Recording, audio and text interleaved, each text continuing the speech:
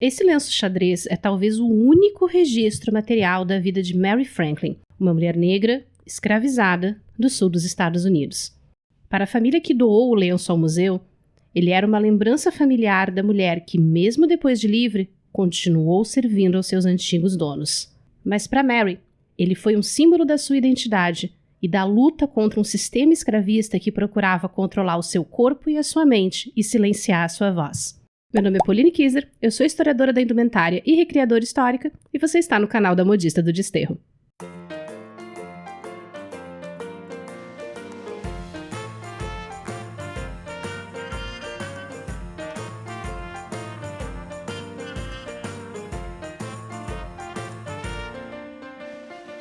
Olá, modisters! Tudo bem com vocês aí desse lado?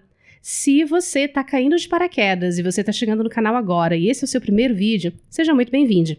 Nesse canal, a gente fala de história da moda com enfoque social e cultural, procurando estudar o que as roupas significavam para as pessoas em outras épocas, e superando a ideia de que história da moda é só decorar o que gente rica usava em cada época. E a gente faz isso com uma pesquisa histórica séria, usando fontes da época e os estudos que são desenvolvidos nas universidades e nos museus. Tudo para trazer para você um conteúdo histórico gratuito de qualidade em língua portuguesa, sem sensacionalismo e sem informações tiradas do Embora eu já tenha falado muito rapidamente sobre a história dos turbantes no vídeo sobre as amarrações da década de 1940, a verdade é que, pelo menos pra gente aqui na América, não dá para falar de turbante sem tocar no tema da escravidão africana. Existem poucas coisas que nós aqui no Brasil associamos tanto à identidade negra como os turbantes, em especial os turbantes brancos dos cultos afro-brasileiros.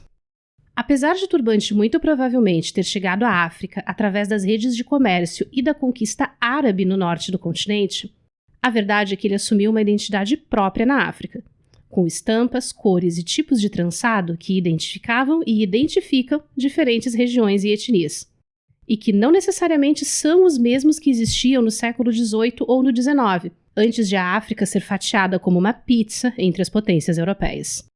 E eu preciso explicar que a exploração e a colonização do continente africano possui fases diferentes, ela não é igual ao longo de toda a história do contato com a Europa. Pelo menos no início, o que predominavam eram pequenas cidades litorâneas, pequenas fortificações. Na real, cidades fortificadas como o Castelo de São Jorge da Mina, no atual território de Gana, que foi estabelecido pelos portugueses em acordo com os poderes locais. Essas cidades fortificadas, que os portugueses chamavam de feitorias, atuavam como centros de comércio que recebiam mercadorias da Europa e da Ásia e trocavam por mercadorias africanas de interesse dos europeus, sendo que uma das mercadorias mais valorizadas eram as pessoas escravizadas.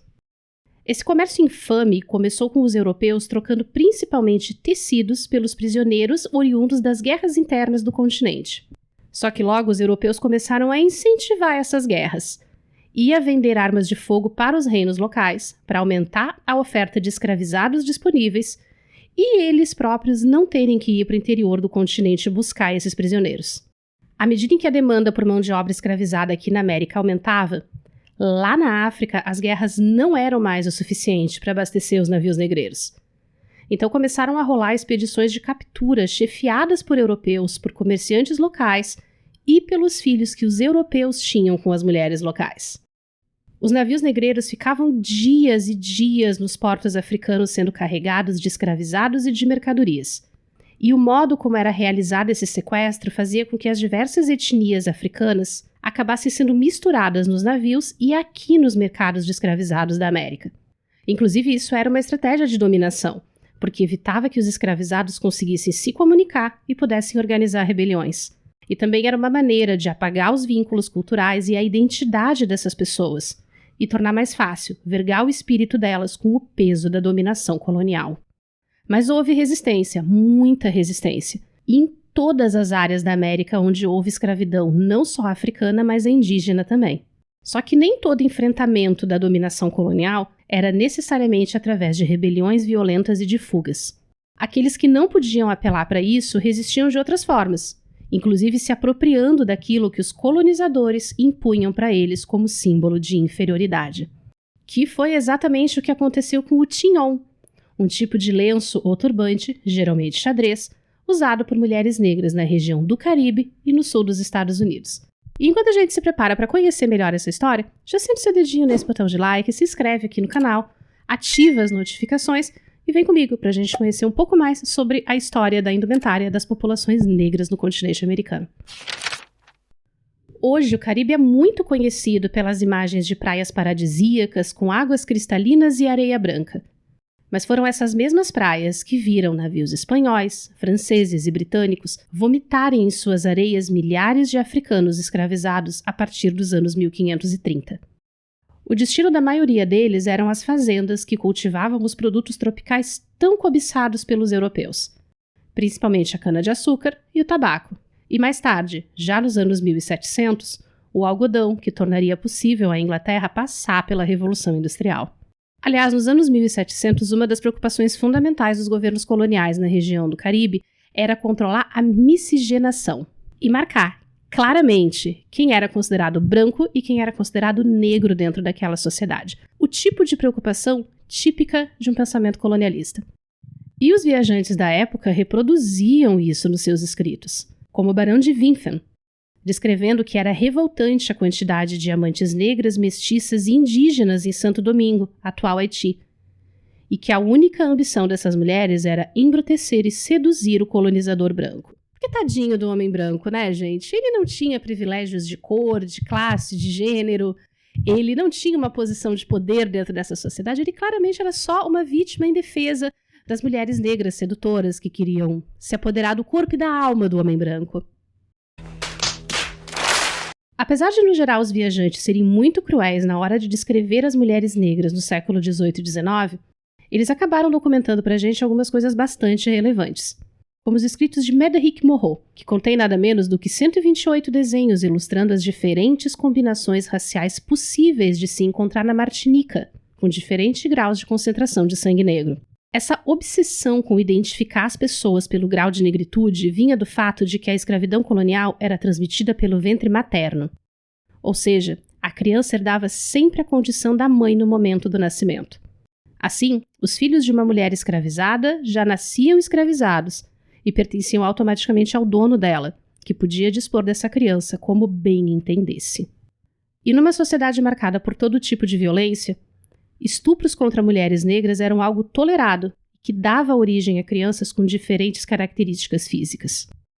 Para evitar que houvesse a mínima chance de uma mulher negra de pele mais clara ser confundida com uma branca, os governos coloniais começaram a baixar uma série de determinações legais que procuravam controlar o que essas mulheres vestiam. Uma das leis de 1786, referente às colônias espanholas, é chamada de Lei do Lenço ou Lei do Tignon, e ela obrigava todas as mulheres não brancas a usar um lenço para cobrir a cabeça.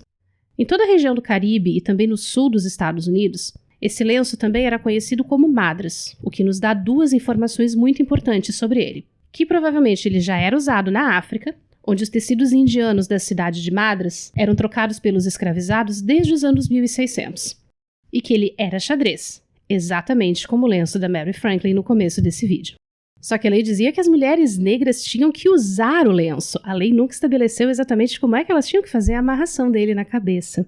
Através das descrições dos viajantes, de pinturas e de registros criminais, a gente sabe que lenços xadrez com amarrações mais simples e sem volume eram usados principalmente pelas mulheres escravizadas.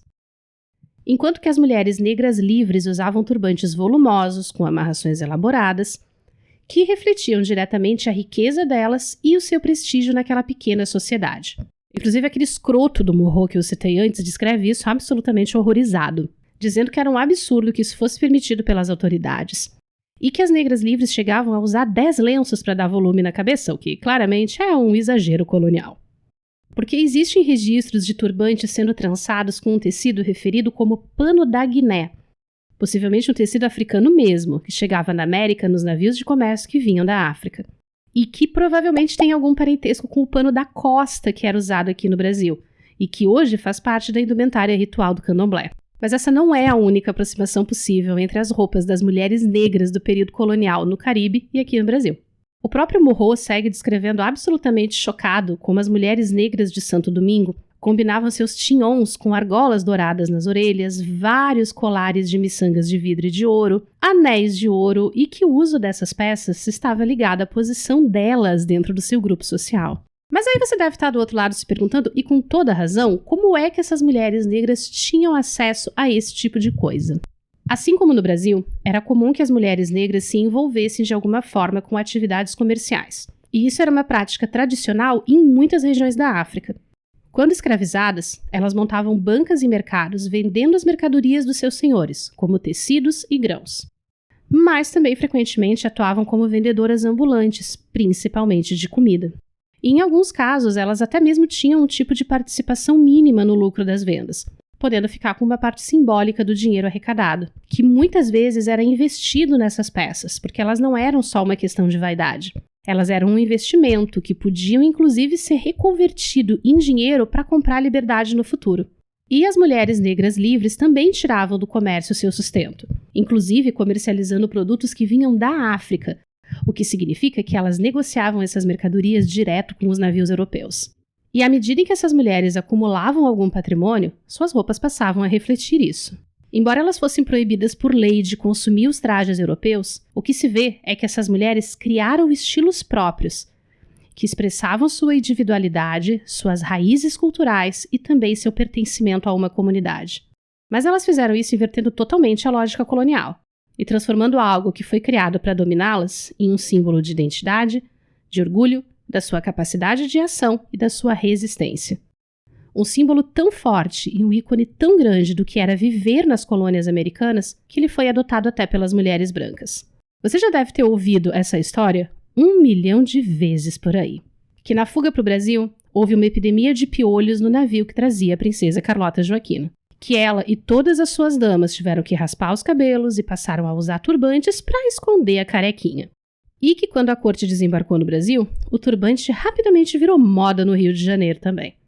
Só que o turbante que a Carlota Joaquina usou em 1808 já era moda na Europa, então não era exatamente uma novidade. Agora, como é que esse turbante chegou na Europa, é outra história. O excomungado do Morro descreve putaço como as mulheres brancas estavam adotando a moda do, abre aspas, lenço indiano no Caribe, algo que a gente encontra registrado nas pinturas desse período.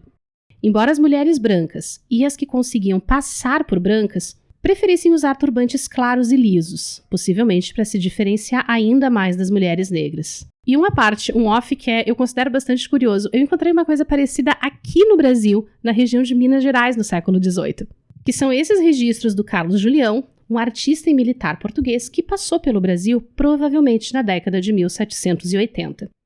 E a Leonora Sansey, que é uma cronista dos Estados Unidos que escreveu um relato sobre a Revolução Haitiana, descreve que Pauline Bonaparte, irmã de Napoleão e casada com o general francês que foi enviado para conter a população negra que tinha se rebelado no Haiti, frequentemente se vestia como uma, abre aspas, crioula, com um vestido de musselina e um lenço madras na cabeça. Esse relato é de 1801, e é possível que ele se refira ao tipo de traje leve que o pintor Agostinho Brunias tanto representou nas suas telas sobre a República Dominicana, e que cá entre nós eram muito apropriados ao clima da América Central. Existe também uma discussão acalorada se a chemise à la reine teria sido de alguma forma influenciada pelos trajes afro-caribenhos, já que pintores como Brunias eram muito populares na França desde os anos 1770. Mas isso é uma discussão em andamento. É possível também que a Pauline Bonaparte estivesse usando um lenço nesse estilo, já que a autora do relato descreve a peça como handkerchief e não como chignon, que era o nome usado para se referir aos lenços que eram trançados como turbantes. Aliás, os lenços foram caídos em desuso no século XIX mesmo, mas os chignons continuaram firmes e fortes como elemento da identidade das mulheres negras no Caribe e no sul dos Estados Unidos. Essas imagens que você está vendo na tela são retratos pintados em Nova Orleans nos anos 1830 e 1840. E Marie Laveau, a famosa e infame rainha do voodoo de Nova Orleans, muito provavelmente usava um deles. Mais recentemente, com o avanço dos estudos sobre mulheres negras no período colonial, o chignon foi redescoberto e voltou a ser usado como uma celebração da identidade negra feminina. Em 2014, a designer haitiana Paola Mat lançou uma marca de chignons feitos com tecidos sustentáveis. A marca se chama Fan Dien, que significa mulher forte na língua local. No ensaio do Mussur Altinhon, a fotógrafa Juliana Cassumu produziu uma série de retratos de diferentes usos históricos de lenços e turbantes, tendo como cenário o cemitério de Nova Orleans e os túmulos de grandes lideranças negras femininas. E a Queen Bey já apareceu com eles na Era do Lemonade, em 2016, justamente com esse discurso de revalorização da identidade negra no sul dos Estados Unidos.